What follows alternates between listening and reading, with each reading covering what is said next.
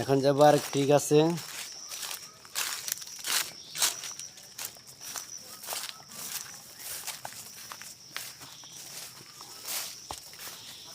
তো যারা যারা নাকি লটকলগুলো পছন্দ করেন তারা নক দিবেন, যারা বেচা কিনা করেন তারা কিনে নিতে পারবেন এখান থেকে। ওয়াও, আছে কি স্বাদের ফুল! আহ,